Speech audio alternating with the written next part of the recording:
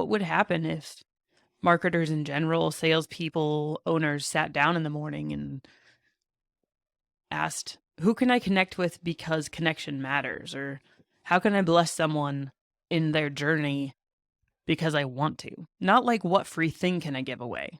Generosity is good too, but just like how can I be a blessing to someone who's trying to figure out what kind of roof they need? We don't sell all the roofs, we sell specific roofs. Like, how can I be a blessing to someone who doesn't need our roof? How can I tell them? Who can I tell I don't want to sell you anything? That was our approach and what we were doing. How much more meaningful would your day be?